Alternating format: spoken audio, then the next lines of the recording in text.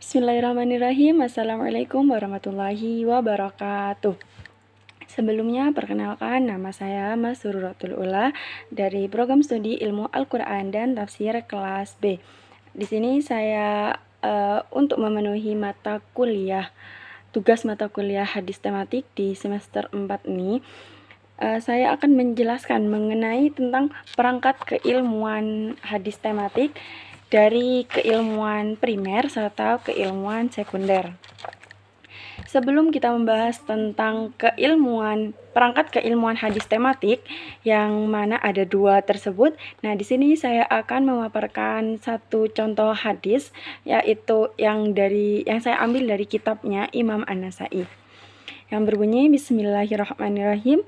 An Suwaid bin Nasr, an Abdullah bin Al-Mubarak, an Ja'far bin Burqan, an Ziyad bin Jarrah, an Umar bin Maimun, qala Rasulullah sallallahu alaihi wasallam li rajulin wa huwa ya'iduhu ightanim khamsan qabla khamsin sababaka qabla haramika wa shihataka qabla saqumika wa ghinaka qabla faqrika wa faragaka qabla syu'lika wa hayataka qabla mautika. Nah, selanjutnya saya akan sedikit menjelaskan mengenai perangkat keilmuan hadis tematik. Yang pertama yaitu dari keilmuan hadis tematik yang bagian primer, lalu nanti akan dilanjutkan dengan yang bagian sekunder. Nah, perangkat keilmuan hadis tematik sendiri dari segi primernya itu merupakan teks atau hadis itu sendiri. Nah, secara logika memang terlihat sangat sederhana bahwa teks dari hadis ini, misal contoh hadis yang sudah saya paparkan tadi, nah itu merupakan kajian atau perangkat keilmuan hadis tematik yang primer.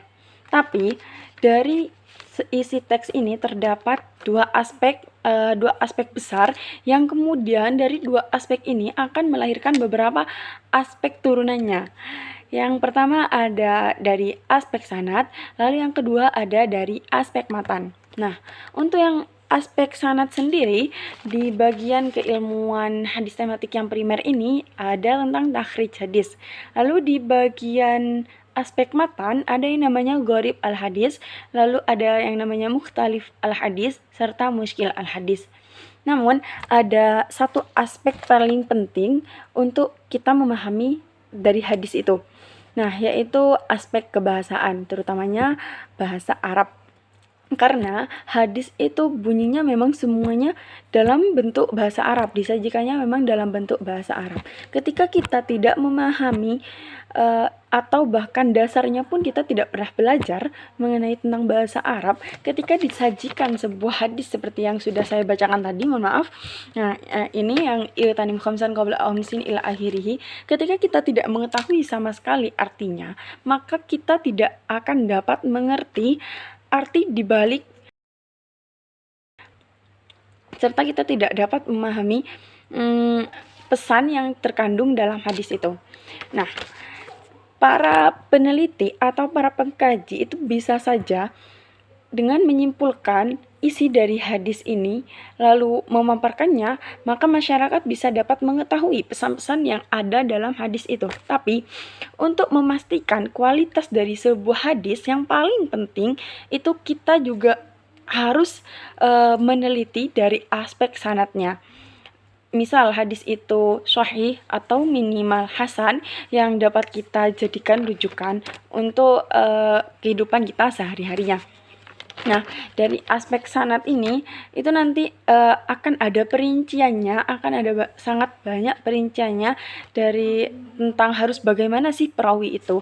Atau dari takhrij hadis ini nanti kita bisa mengetahui di kitab Kutubus Sittah atau Kutubut Tis'ah terdapat di bagian mana hadis ini gitu. Terus untuk yang di bagian matan, memang di literatur hadis yang sudah beredar di masa kontemporer saat ini itu lebih banyak membahas tentang aspek sanadnya. Padahal aspek matan itu juga merupakan salah satu aspek yang tak kalah penting dari aspek sanadnya. Walaupun sanadnya itu termasuk sahih atau hasan yang benar-benar tidak dapat diragukan atau tidak ada celah di dalamnya, lalu ketika matanya sedikit bermasalah, itu juga akan mempengaruhi dari kualitas hadis itu sendiri.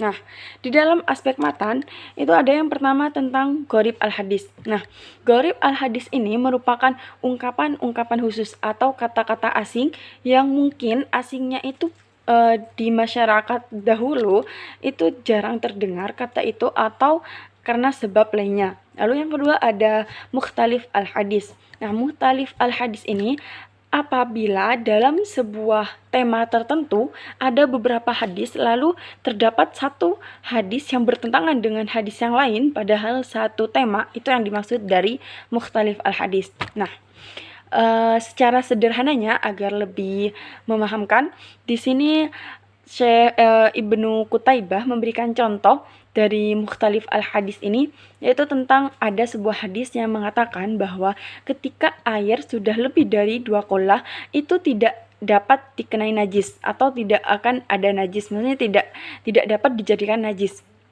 Nah, lalu ada hadis lain dalam satu tema yang sama yang menjelaskan bahwa air itu tetap suci dan tidak dapat dikatakan najis kecuali sampai berubah warnanya, rasanya, serta sifatnya.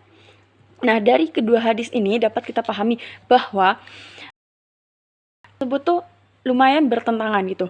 Dari hadis yang pertama dikatakan bahwa kalau air sudah mencapai 2 qollah, maka kemungkinan untuk dikatakan najisnya itu sangat sedikit. Sedangkan hadis kedua mengatakan secara tidak langsung bahwa berapapun jumlah airnya, kalau sudah berubah warnanya, rasanya, serta baunya, itu juga dapat dikatakan najis.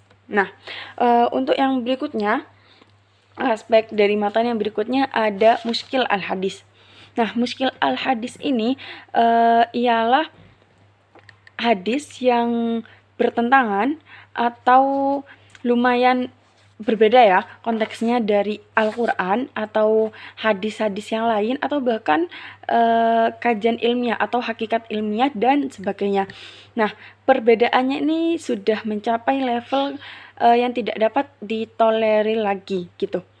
Untuk lebih jelasnya, di sini saya juga akan memberikan sebuah contoh, yaitu ada sebuah hadis kan yang mengatakan bahwa Rasulullah SAW bersabda, Allah Subhanahu wa taala berfirman, ini hadis qudsi, bahwa barang siapa yang mendekatkan diri kepadaku atau kepada Allah sejengkal, maka aku akan mendekatkan kepadanya sehasta, satu hasta, dan seterusnya. Nah, ketika kita memahami hadis ini hanya secara harfiahnya saja, maka secara tidak langsung kita akan beranggapan bahwa Allah juga bisa bergerak. Berarti Allah juga sama dengan makhluknya. Dan hal ini bertentangan, sangat bertentangan dengan sifat Allah serta Al-Quran juga. Oleh karena itu, Ibnu Qutaibah juga berpendapat bahwa hadis ini merupakan sebuah perumpamaan. Secara tidak langsung, Allah berfirman bahwa